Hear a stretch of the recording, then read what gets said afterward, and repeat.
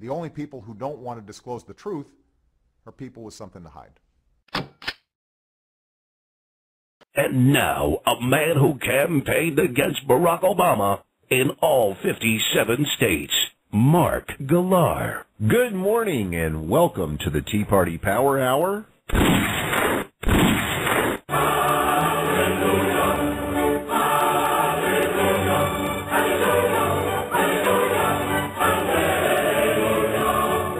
A show where we still cling to our guns and religion. We have a very special show today. We're going to be talking with Jim Wise of the Surprise Tea Party from Arizona.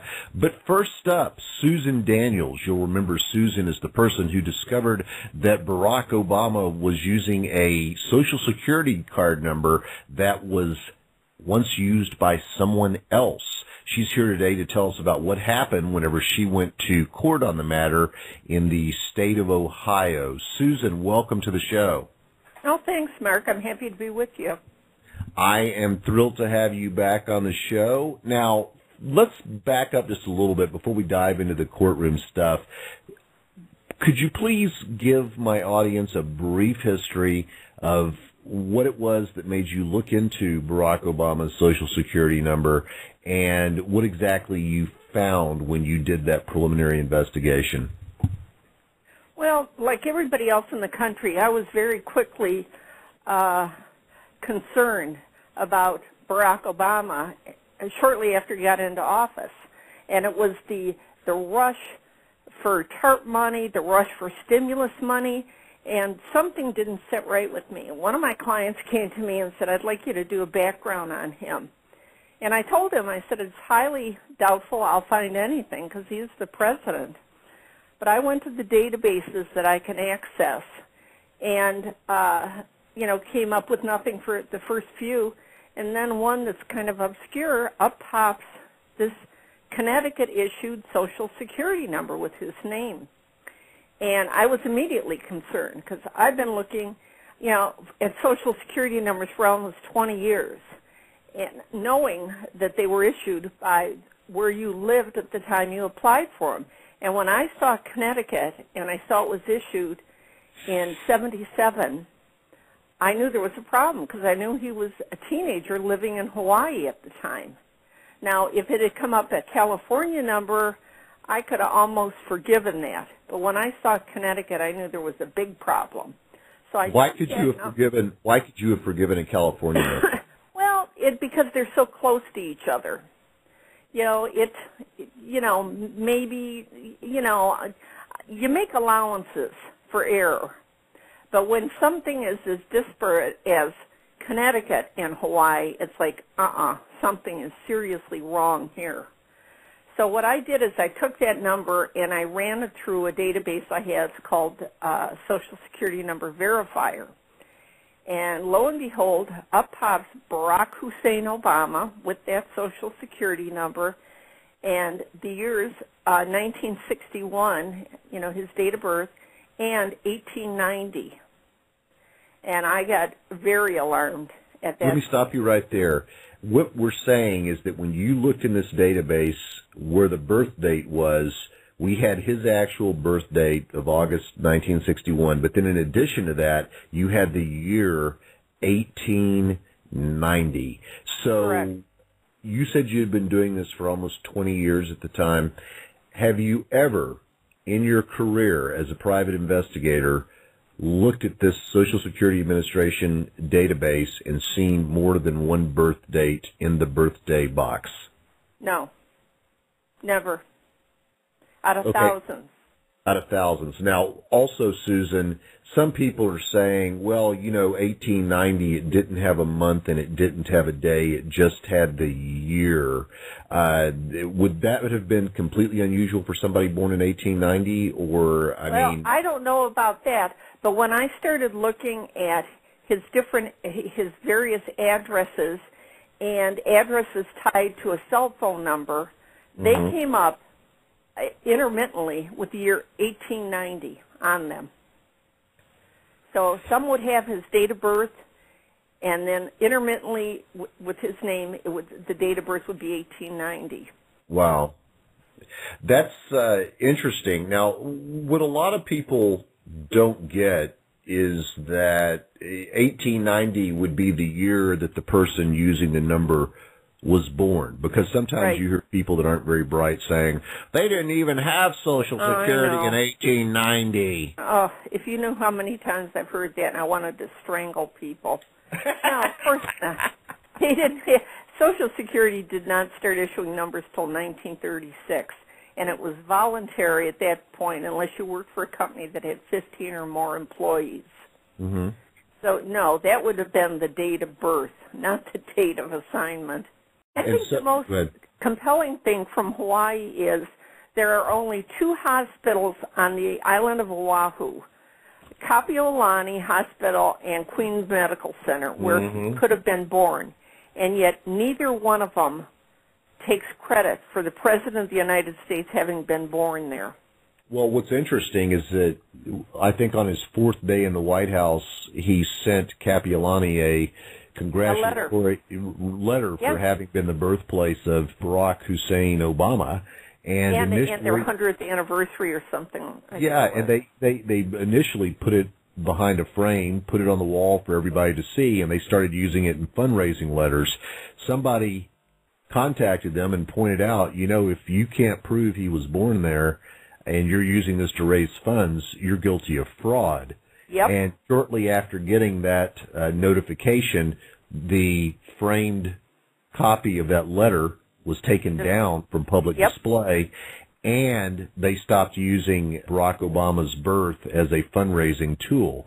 So that was somebody saying, I'm not going to go to jail over this. Yep. Or somebody said, well, we got the letter from him, but we better check this out. And they realized that there was no evidence that he was ever born at Kapiolani. Now, don't get me wrong. I firmly believe that some kind of a document was filed back in August of 1961.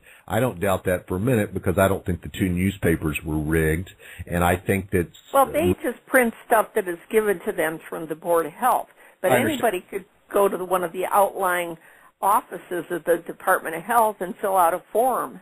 You don't have to prove anything.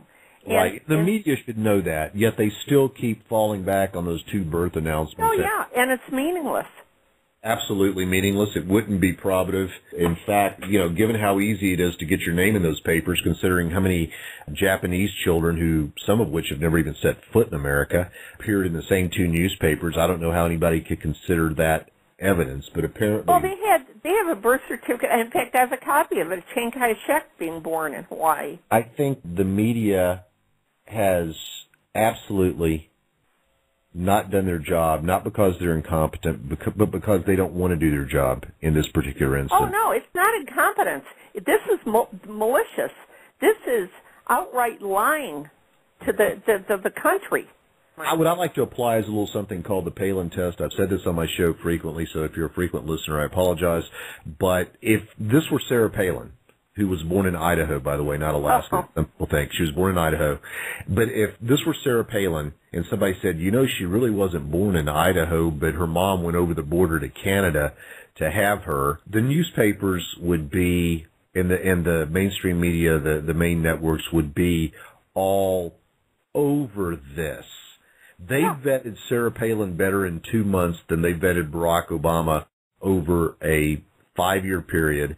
They vetted Joe the plumber better in 2 days than they vetted Barack Obama. They don't want to know the truth on this. No. They're afraid of the truth. No, they know the truth. They just don't want anybody else to know the truth. Well, let's get one more thing out of the way about that Social Security number. A lot of people say, well, they got the zip codes mixed up because the Connecticut zip code is very similar to the Hawaiian zip code. One thing is he was over the age of 12 based on the date that we're told he applied.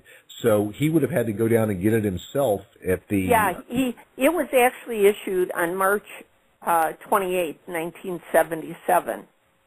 And he was 15 at the time. Okay. And would have had to have been living in Connecticut. Well, ironically, Hawaii's zip codes start with 968. And Connecticut start with 068. So that's how they came up with that argument. There's several problems with that, however, though. Okay. The only possible zip codes he had at that time, because where he lived, I think at some point they reassigned zip codes. The only possible ones ended with 14, 22, and 26. And what I did is I contacted the post office where, well, the 2 never existed. If you go to the UPS sites, the ones ending in 22 and 26, they never existed in Connecticut. The one that ended in 14 did exist in Danbury, Connecticut, but it was a unique number. Well, I wasn't sure what that meant, so I called the post office in Danbury, Connecticut. And I talked to a guy named George who they handed the phone to because he had been there forever. And I said, you know, what can you tell me about this zip code? And he said, oh, that was assigned to Union Carbide for their exclusive use. And he said, and he said it's been out of use now for a couple of years. So he said it was not issued until Union Carbide opened. So I did some research on Union Carbide, found that they had built their building in 1992, and workers started coming in either that year or the following year. So that number didn't even exist till the 90s. So no, the typo doesn't work. The OBOTs are saying, well, what they did was they just looked at the first 3 numbers and they saw they thought it was how pathetic are they? Well, you know, that's a whole other show. I've actually looked into many of their backgrounds, and some of them are clean-cut, good people, but some of them have a lot in common with Barack Obama. So. Oh yeah, they're all liars. Well, they're absolutely more than that, liars. There is not one person yet who has been able to actually find fault with my work. Now, no one has ever been able to. Now, was I correct in saying that at age 15 he would have had to go down to the local Social Security Administration office and do that in person, because if you're over 12, you're supposed to have to do that? That's correct? Yeah. Okay. So the idea that the clerk helping him that day suddenly had a mental lapse and thought she was in Connecticut is probably, or he thought he was in Connecticut, is probably pretty unlikely. Yeah, I think you could say that without fear of equivocation. I love talking to you. I really do. I just have a blast. I have a blast every time we talk. So we only have a couple minutes left. I have to get on to another guest, but tell me now, what's next for Susan Daniels? Are you still investigating? Do you feel like you've taken your shot and you've done all you can? Are you going to keep fighting? Where are you now, Susan? What's going on? You know what? I'm in the pause position right now. I'm thinking about a couple of things, and I'm also thinking about, you know, how many times do you want to bang your head against the wall? The information's out there. You know, it's time for somebody else to pick up the burden and carry it. And then I think, you know, I don't really know what I'm going to do. What I'd like to do is dispel that whole myth about somebody named Harrison Bunnell having that number. There you go. Being Barack Obama, because that's complete bull. There is no truth to that. Somebody, without using good judgment, took one piece of evidence they found and made a whole narrative out of it, and it's all false. Well, let me say this, too, if I can add something to that. I spoke with Mike Zullo, the lead investigator in the Obama eligibility investigation for the cold case posse in Maricopa County, and Mike told me that he was contacted about the Harrison Bunnell thing, and he said, well, here's a number you can call. And the next thing he knows, there's stuff all over the internet saying the Maricopa County Sheriff's Office officially investigating the Harrison Bunnell issue, and he stressed to me over the phone that they are not officially investigating the issue. They're not even unofficially investigating you know, the person involved, the person involved